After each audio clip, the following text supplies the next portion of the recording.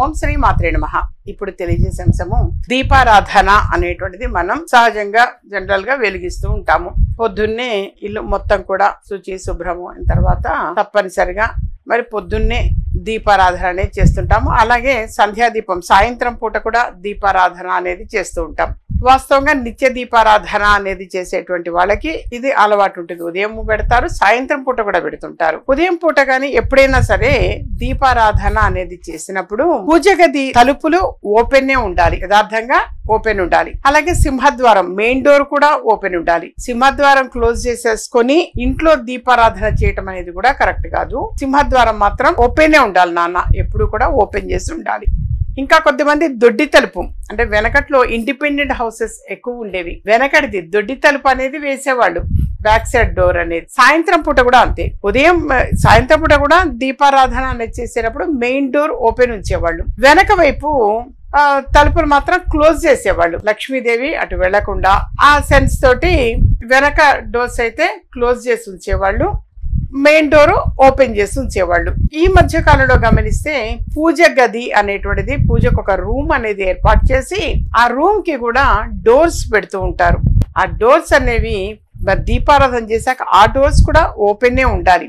ఇంకా కొద్దిమంది అయితే వాటికి ఈ బెల్లులు గంటలు కొట్టి ఉండి ఇలా హోల్స్ ఉండి గంటలు ఉంటాయి డోర్స్ కి, ఒక 6 8 ఎంతో పెడతారు. వాళ్ళు బయటికి వెళ్ళేటైతేనో లేదా పసిపిల్లల లోపల వెళతారనో ముట్టుకుంటారనో ముట్టుకోవద్దు అన్న సెన్స్ తోటి ఆ డోర్స్ క్లోజ్ చేస్తారు. అది తప్పేం కాదు, ఎందుకంటే అక్కడ ఓపెన్ ఉన్నాయి, ఆ గంటలు ఉండి ఆ రంధ్రాలు అనేటువంటివి ఉంటాయి నాన్న, అలా ఉంటుంది కాబట్టి అది తప్పు లేదు అని చెప్పేసి. అంటే మరి పసిపిల్లలు ఉన్నారు అంటే మరి లోపలికి వెళ్ళిపోతే అవన్నీ కూడా పడేస్తూ ఉంటారు, ప్రమాదము. కాబట్టి చిన్న పిల్లలు ఉన్న ఇంట్లో ఏటైతే మాత్రం అది వెలుగుతూ ఉన్నా కానీ ఇది ఇలా చెప్పినా క్లోజ్ చేసినా ఆక్షేపం లేదు. కానీ అలా కాదు, పెద్దవాళ్ళే అందరూ అన్నప్పుడే మాత్రం ఆ డోర్స్ ఓపెన్ ఉంచటమే చాలా చాలా మంచిది. మెయిన్ డోర్ సింహద్వారం కూడా ఓపెన్ ఉండాలి.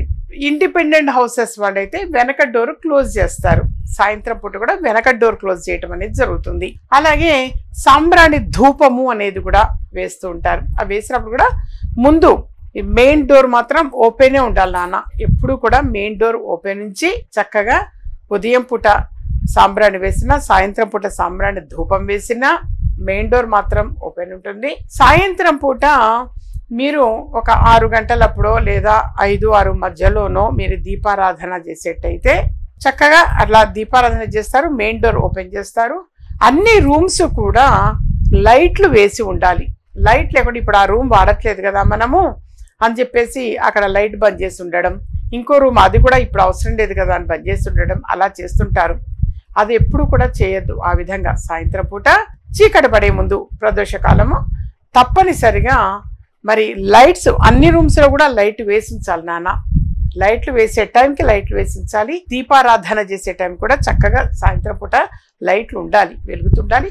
ఆ తర్వాత కాసేపు ఉంచి ఒక అరగంట గంట ఉంచి ఆ తర్వాత మీకు ఏ రూమ్ లో అవసరమో అది ఉంచుకొని మిగతా ఆఫ్ చేసినా పర్వాలేదు. కానీ ఎప్పుడు కూడా అన్ని గదుల్లో కూడా లైట్లు వెలగాలమ్మా. సాయంత్రం పూట దీపారాధన చేసే సమయం కావచ్చు, తప్పనిసరిగా అన్ని రూమ్స్ లో కూడా లైట్లు మాత్రం వేయాలి. చీకటిగా మాత్రం ఎప్పుడు ఉంచకూడదు. మీకు ఆ డిఫరెన్స్ కూడా తెలుస్తుంది. అవును కదా, ఇలా వేసి ఉంచినంత కాలం మనకి చాలా చాలా బాగుంటున్నది అని చెప్పేసి మీరే గమనించగలుగుతారు.